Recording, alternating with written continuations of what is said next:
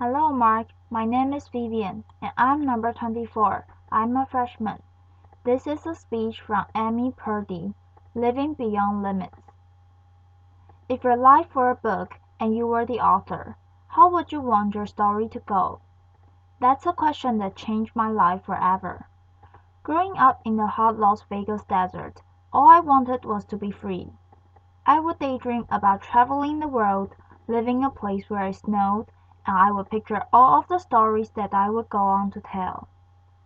At the age of 19, the day after I graduated high school, I moved to a place where it snowed and I became a massage therapist. With this job, all I needed were my hands and my massage table by my side, and I could go anywhere. For the first time in my life, I felt free, independent, and completely in control of my life. That is, until my life took a detour. I went home from work early one day with what I thought was a flu, and less than 24 hours later I was in the hospital, on life support with less than a 2% chance of living. It wasn't until days later as I lay in a coma that the doctors diagnosed me with bacterial meningitis, a vaccine-preventable blood infection. Over the course of 2.5 months, I lost my spleen, my kidneys, the hearing in my left ear, and both of my legs below the knee. When my parents wheeled me out of the hospital, I felt like I had been pieced back together like a patchwork doll. I thought the worst was over until weeks later, when I saw my new legs for the first time. The calves were bulky blocks of metal with pipes bolted together for the ankles, and a yellow rubber foot with a raised rubber line from the toe to the ankle to look like a vein. I didn't know what to expect, but I wasn't expecting that. With my mom by my side and tears streaming down our faces, I strapped on these chunky legs and I stood up.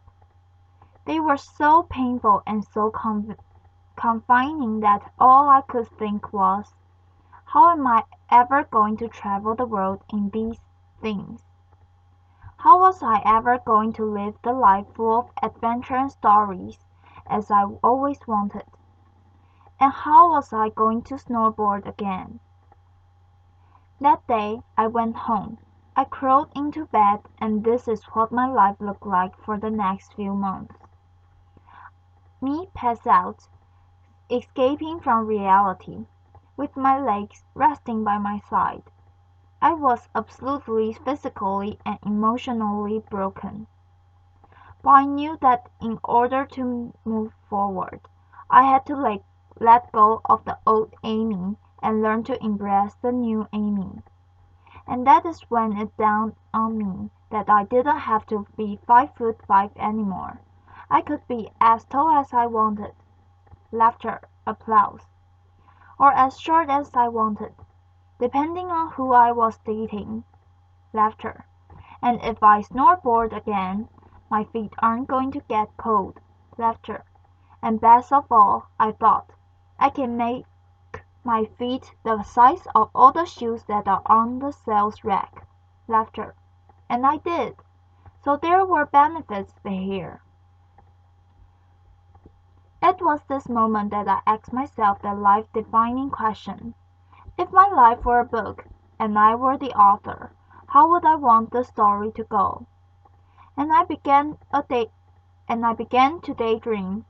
I daydreamed like I did as a little girl, and I imagined myself walking gracefully, helping other people through my journey, and snowboarding again. I didn't just see myself carving down a mountain of powder. I could actually feel it. I could feel the wind against my face and the beat of my racing heart as if it were happening in that very moment. And that is when a new chapter in my life began. 4 months later, I was back up on a snowboard, although things didn't go quite as expected.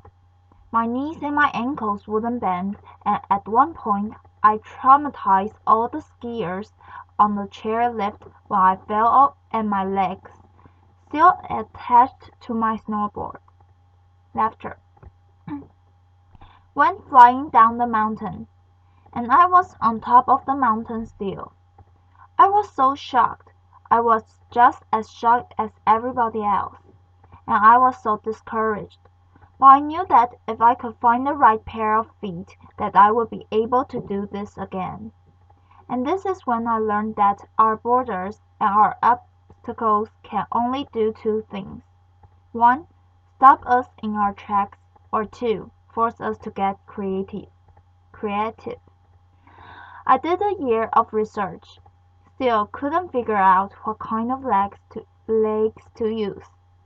Couldn't find any resources that could help me. So I decided to make a pair myself.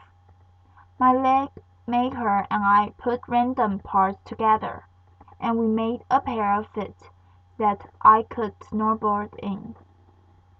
As you can see, rusted bolts, rubber, wood, and neon pink duct tape. And yes, I can change my toenail polish. It was these legs and the best 21st birthday gift I could ever receive. A new kidney from my dad. That allowed me to follow my dreams again.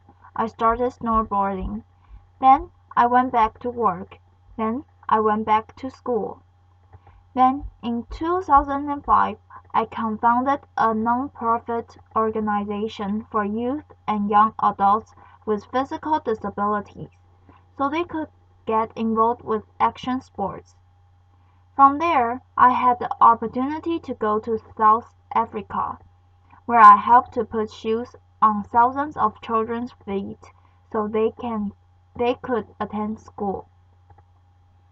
And just this past February, I won 2 back-to-back World Cup gold medals, applause, which made me the highest ranked adaptive female snowboarder in the world. 11 years ago, when I lost my legs, I had no idea what to expect. But if you ask me today if I would ever want to change my situation, I would have to say no. Because my legs haven't disabled me. If anything, they've enabled me. They've forced me to rely on my imagination and to believe in the possibilities. And that's why I believe that our imaginations can be used as tools for breaking through borders, because in our minds we can do anything and we can be anything. It's believing in those dreams and facing our fears head-on that allows us to live our lives beyond our limits. And although today is about innovation without borders, I have to say that in my life, innovation has only been possible because of my borders. I've learned that borders are where the actual ends, but also where the imagination and the story begins. So the thought that I would like to challenge you with today is that maybe instead of looking at our challenges and our limitations as something negative or bad, we can begin to look at them as blessings, magnificent gifts that can be used to ignite our imaginations and help us go further than we ever knew we could go. It's not about breaking down borders. It's about pushing off of them and seeing that amazing places they might bring us. Thank you.